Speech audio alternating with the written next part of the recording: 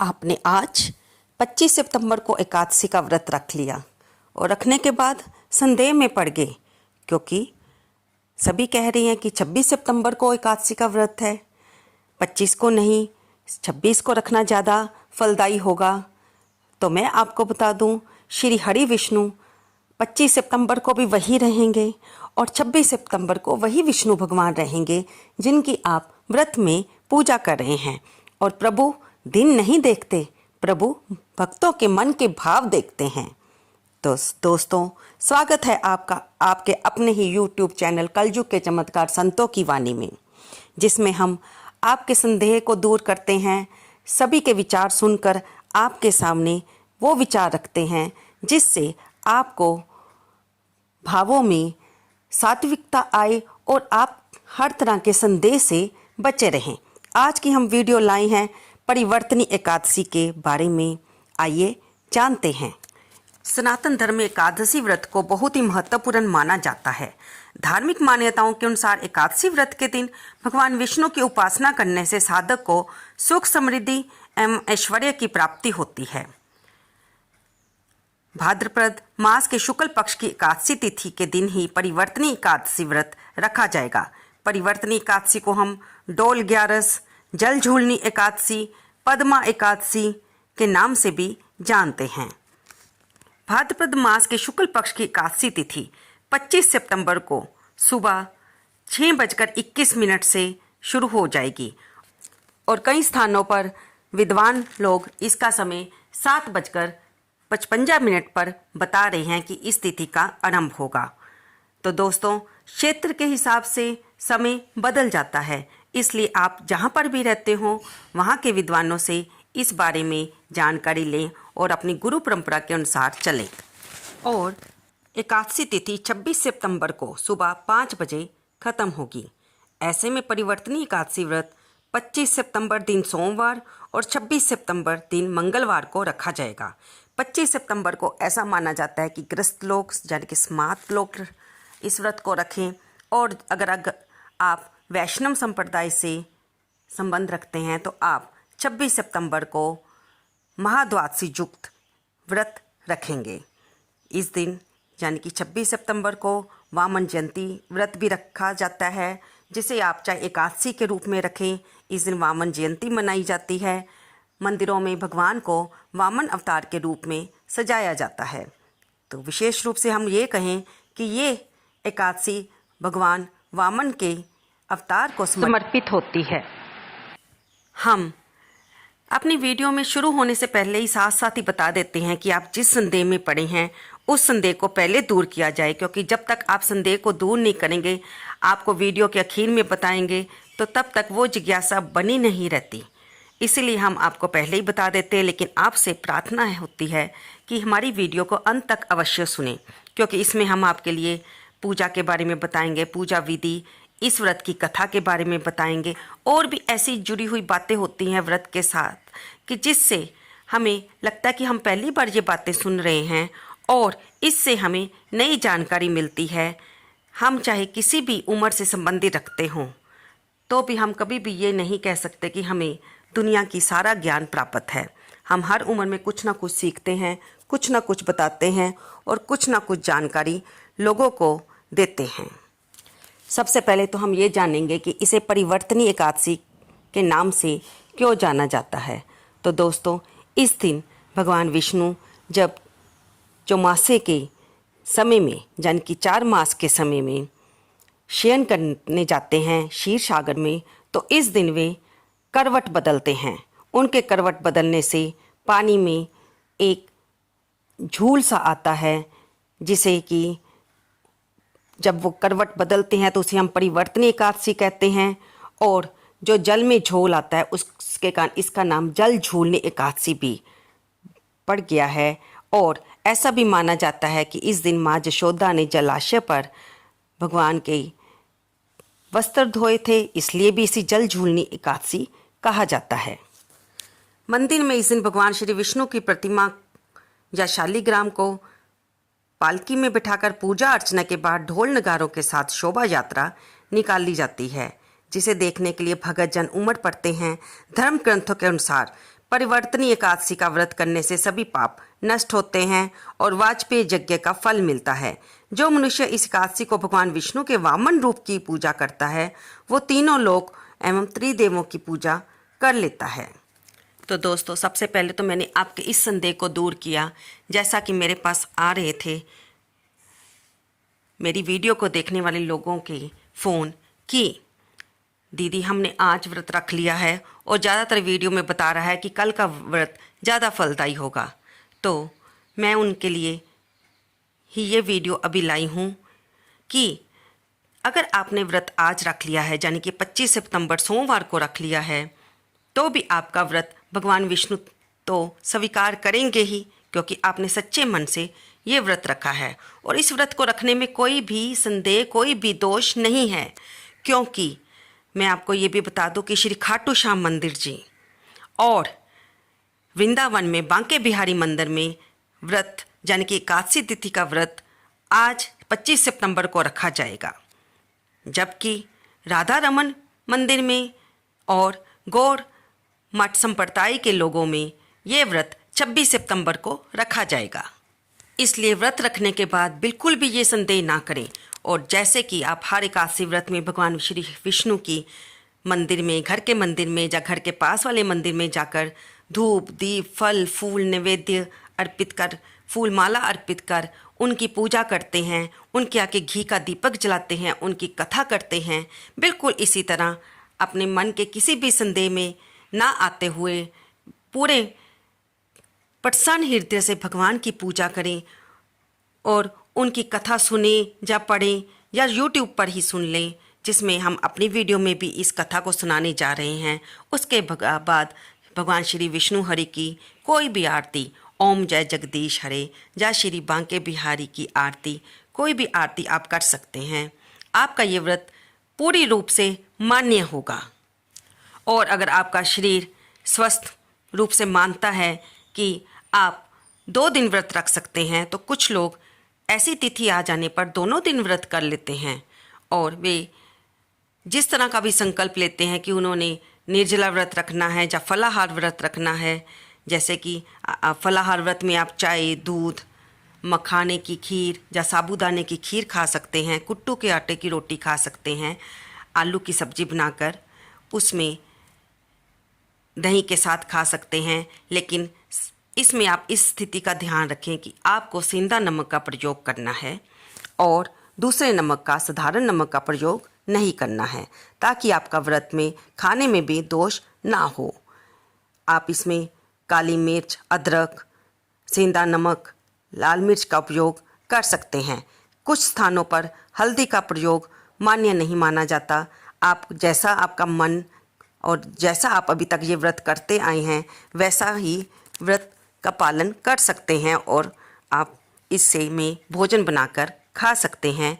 लेकिन एक समय अगर फिर भी आपका शरीर नहीं मानता तो आप 2 समय कर सकते हैं। एक समय आप फल खा लें, आप पंचमेवे में से यानी कि ड्राई फ्रूट में भी खा सकते हैं, बादाम, अखरोट, काजू, सौगी, नारियल आप खा सकते हैं और एक समय आप नमक का भोजन कर लें।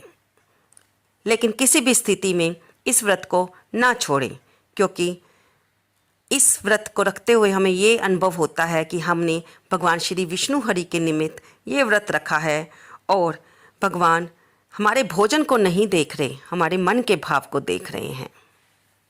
क्योंकि कुछ लोग जब उनकी उम्र बढ़ जाती है, उन्हें कुछ बीमारियां लग जाती हैं, उन्हें दवाइयाँ लेनी पड़ती हैं और तब वे सोचकर व्रत रखना छोड़ देते हैं कि अगर हम दवाई लेंगे तो हमारा व्रत टूट जाएगा और हमें दोष लगेगा।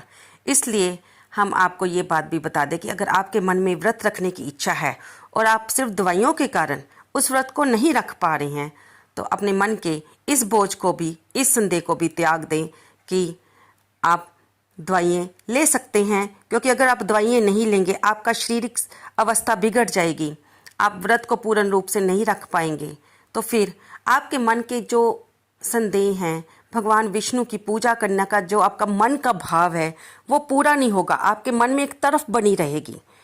इसलिए अगर आप व्रत रखना चाहते हैं और दवाई भी लेते हैं तो भी आप इस व्रत को अवश्य रखें। हमारे हिंदू धर्म में तो वैसे भी ये मान्यता है कि जब हम औरतें गर्भवती होती हैं तो बच्चों को गर्भ में ही संस्कार देने का प्रयास करना चाहिए।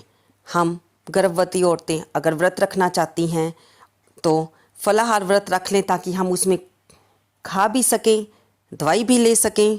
और एक समय अगर आप नमक के बिना नहीं रह सकते और आपकी शारीरिक अवस्था बिगड़ जाती है तो आप एक समय कुट्टू के आटे की रोटी बनाकर खा सकते हैं। लेकिन जब आप व्रत रखेंगी तो आपके मन में जब भगवान का मंत्र गूंज रहा होगा, आप मंदिर में जाएंगी, आपके मन में भगवान विष्णु के दर्शन करने की लालसा होगी, इच्छा होगी। आप उनके जोत जगाकर आरती करेंगी, उनकी कथा पढ़ेंगी या सुनेंगी, विद्वान ब्राह्मण को दान देंगी, तो क्या वो संस्कार आपके गर्भ में पल रहे बच्चे में नहीं जाएंगे? अवश्य जाएंगे। जो संस्कार गर्भ धारण के समय हमारे बच्चे में जाते हैं वो सारी उम्र उसमें रहते हैं। इसलिए कृपया भी इस संदेह में ना रहें कि हम गर्भवती महिला हैं, हम इस व्रत को नहीं कर सकते क्योंकि हमें भूखा रहना पड़ेगा। इसीलिए हमने ये वीडियो आपके सामने लाई है कि अपने हिंदू धर्म की परंपरा को मानते हुए, अपने व्रतों की मान्यता को मानते हुए अवश्य व्रत रखें, मर्यादा में रहें, नियम में रहें और भगवान श्री विष्णु हरि की पूजा करते रहें और दूसरों को भी इसकी प्रेरणा देते रहें। अपने गर्भ में पल रहे बच्चों को तो ये संस्कार देना कलयुग में बहुत ज़रूरी है। इसलिए मेरी सभी गर्भवती माताओं से प्रार्थना है कि वे इस व्रत को रखने का प्रयास करें। क्योंकि दोस्तों अगर हम निर्जला व्रत रखते हैं तो उसमें हमें पानी भी नहीं पीना होता। जब हम इस व्रत का संकल्प ले लेते हैं तो उस व्रत में मैं कहूँगी कि अगर आपकी शारीरिक अवस्था नहीं मान रही तो आप निर्जला व्रत मत रखें। अगर आपकी शारीरिक अवस्था मानती है, आप भूखे रह सकते हैं, तो ये आप पे ही पूरी तरह से निर्भर करता है कि आप इस तरह से व्रत रख सकते हैं। हमारे धर्म में बहुत बड़े बड़े मन को काबू में रखने वाले, अपनी भूख की लालसा को काबू में रखने वाले बड़े महान संत हुए हैं जो इस व्रत को निर्जला करते हैं। इसलिए उन सभी महान संतों के चरणों में हमारा प्रणाम है। दोस्तों मेरी वीडियोस तो आम लोगों से संबंधित होती हैं क्योंकि हम आम लोगों को स्वार्थ सिद्धि योग, रवि योग, द्विपुष्कर योग के बारे में पता नहीं होता, क्योंकि विद्वान पंडित इन सभी योगों को समय के हिसाब से निकाल कर हमें बताते हैं कि ये योग शुभ संयोग बनते हैं। इन योगों में पूजा करना ज़्यादा शुभ माना जाता है। परिवर्तनी एकादशी के दिन भी सुकर्मा योग, स्वार्थ सिद्धि योग, द्विपुष्कर व रवि योग का शुभ संयोग बन रहा है, जो कि हम आपको विद्वानों के हिसाब से बताए गए समय से बता रहे हैं कि सुकर्मा योग 25 सितंबर को दोपहर 3:23 से अगले दिन तक रहेगा। स्वार्थ सिद्धि योग 25 सितंबर को सुबह 11:55 से प्रारंभ होकर अगले दिन सुबह 6:11 तक रहेगा। रवि योग सुबह 6:11 से सुबह 11:55 तक रहेगा और द्विपुष्कर योग 26 सितंबर को सुबह 9:42 से देर रात 1:44 तक रहेगा। सही माने तो इस दिन सारा दिन ही शुभ है। ये दोनों दिन सारा दिन में पूजा करने के लिए शुभ मुहूर्त माने जाते हैं। अब जानते हैं इस एकादशी के दिन की पूजा विधि। वैसे तो हम हर व्रत में आपको बताते हैं कि जौन सा भी आप व्रत रख रहे हैं दिन के हिसाब से, या एकादशी व्रत रख रहे हैं, या जैसे गुरुवार का व्रत रख रहे हैं, सोमवार का व्रत रख रहे हैं, सावन के सोमवार के व्रत रख रहे हैं, तो उसका संकल्प अवश्य लें। और जिस तरह से भी आपने व्रत रखना है, निर्जला या फलाहार, वो भी अपने संकल्प में अवश्य बोलें। सुबह जल्दी उठकर स्नान आदि से निवृत्त हो जाएं, फिर घर के मंदिर को साफ करके भगवान श्री विष्णु का, अगर आपके पास लड्डू गोपाल का स्वरूप है तो उन्हें, श्री राधा कृष्ण जी का स्वरूप है तो उन्हें अभिषेक करें और उन पर फूल माला अर्पित करें। भगवान विष्णु को पुष्प, तुलसी दाल अर्पित करें। और अगर संभव हो तो इस दिन अगर व्रत रख रहे हैं तो फिर पहले उस व्रत का संकल्प लें। संकल्प में हाथ में फूल, थोड़ा सा जल, थोड़ी दक्षिणा रख के अपना नाम, अपने गोत्र का नाम, जैसे कि मैं कश्यप गोत्र से संबंधित हूँ, मैं व्रत रखते हुए अपना नाम, अपने गोत्र का नाम लेती हूँ, अपने पिता, अपने पति का नाम लेती हूँ, अपने क्षेत्र का नाम लें, दिन का नाम लें, जिस ज़िले में आप रहते हैं वहाँ का नाम लें और फिर भगवान से जिस तरह का आप व्रत रखना चाहते हैं वैसा उनके साथ सामने प्रार्थना करके उस जल को धरती पर छोड़ दें और या जल के लोटे में ही डाल दें। फिर दक्षिणा को अगले दिन जब आप ब्राह्मण को दान देंगे या उसी दिन आप उसे ब्राह्मण को दे सकते हैं। फिर इस दिन भगवान की कथा सुने जो कि हम बताने जा रहे हैं। उसके बाद भगवान की आरती करें। भगवान को भोग लगाते हुए तुलसी दल जरूर शामिल करें, क्योंकि बिना तुलसी के भगवान विष्णु भोग ग्रहण नहीं करते हैं, ऐसी मान्यता है। इसी पावन दिन भगवान विष्णु के साथ ही माता लक्ष्मी की पूजा अवश्य करें। अगर आपके सामर्थ्य है तो यथाशक्ति भगवान विष्णु के मंदिर में अवश्य जाएं और वहाँ पर उन्हें आप वस्त्र अर्पित कर सकते हैं। फल फूल धूप दीप नैवेद्य षोडशोपचार से पूजा करने के बाद ब्राह्मण से उनकी पूजा करवाएं और ब्राह्मण को भी उचित दान दें। अब हम इस व्रत का पारण समय भी आपको बता दें, उसके बाद हम आपको कथा भी सुनाएंगे। जो लोग 25 सितंबर को व्रत रखेंगे उनके लिए व्रत पारण का समय 1:25 दोपहर से लेकर 3:49 तक रहेगा और जो लोग 26 सितंबर को व्रत रखेंगे उनके लिए व्रत पारण का समय 27 सितंबर को सुबह 6:12 से लेकर 8:36 तक रहेगा।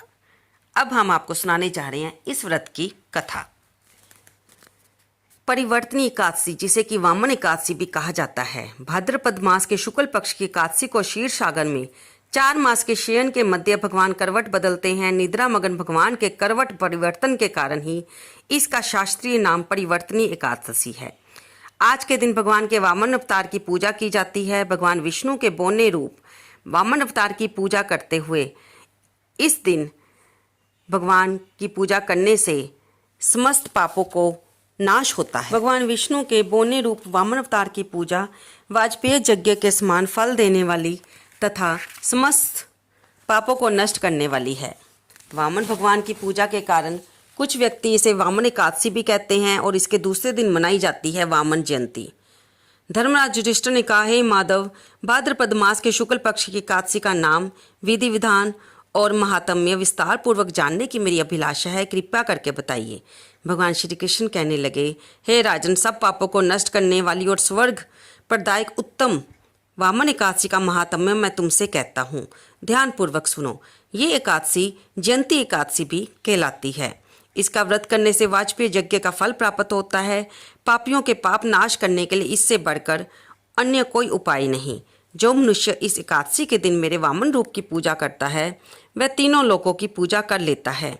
मोक्ष की इच्छा रखने वाले मनुष्य इस व्रत को अवश्य करें।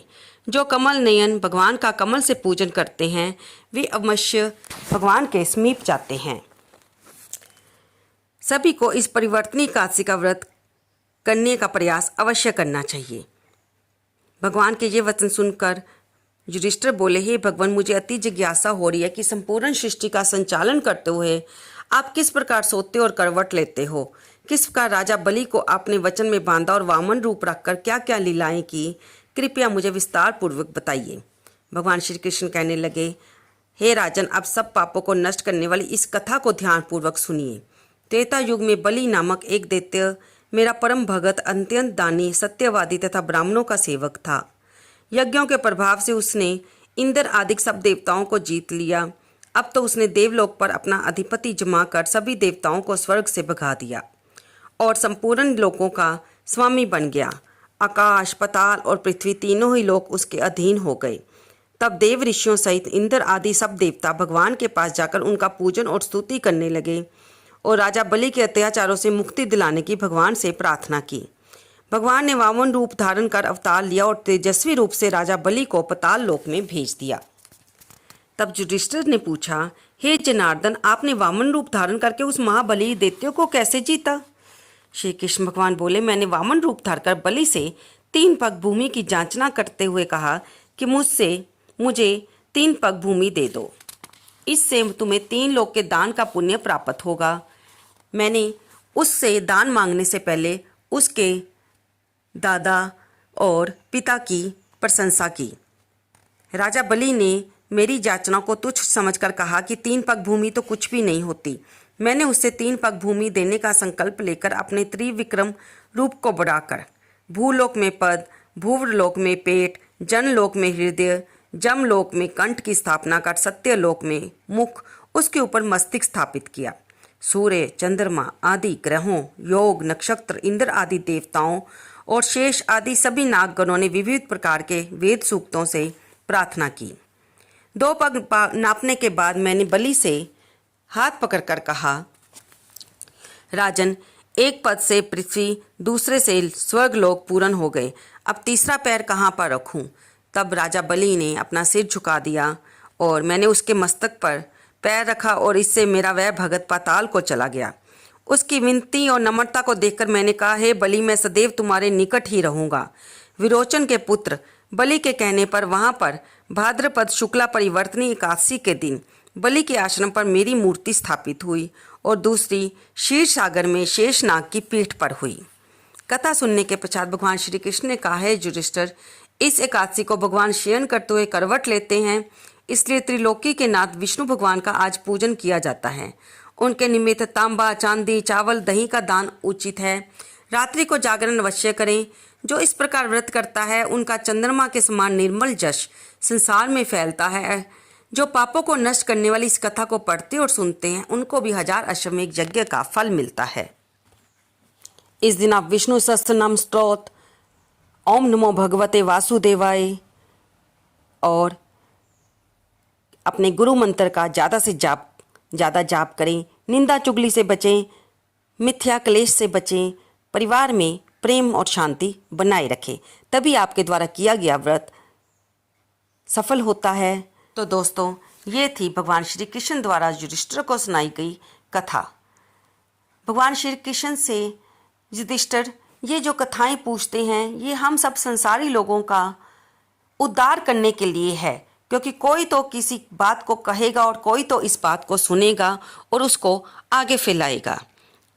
भगवान के नाम का प्रचार और प्रसार करने वाले का भी भला होता है और जो उसको सुनते हैं और आगे फैलाते हैं उनका भी भला होता है। ये हमारा यूट्यूब मीडिया भी एक तरह से इसी का ही एक साधन है कि हम भगवान की बातें आपको बताएं, भगवान की कथा सुनाएं और मिलकर इस व्रत को रखें। व्रत को रखने भगवान के मंदिर में जाएं, उनकी पूजा करें, उनकी आरती उतारें, अपने अगर स्वरूप रखा है तो उनका श्रृंगार करें। कुछ लोगों को श्रृंगार करने में आनंद आता है और आजकल तो लोगों ने अपने घर में गणपति जी भी बिठाए हुए हैं। तो प्रथम पूजनीय देव के साथ अगर श्री हरि विष्णु के स्वरूपों की पूजा हो जाए तो उससे ज़्यादा मंगलकारी कार्य क्या होगा? है कोई संदेह इसमें? व्रत की कथा सुनने और पढ़ने के बाद भगवान की आरती करें और उसके बाद आपने जो भी प्रसाद बनाया है उसे भोग लगाकर अपने घर के लोगों में भी वितरित करें। व्रत का आनंद लीजिए, भगवान के नाम लेने का आनंद लीजिए और किसी भी संदेह में ना पड़ें।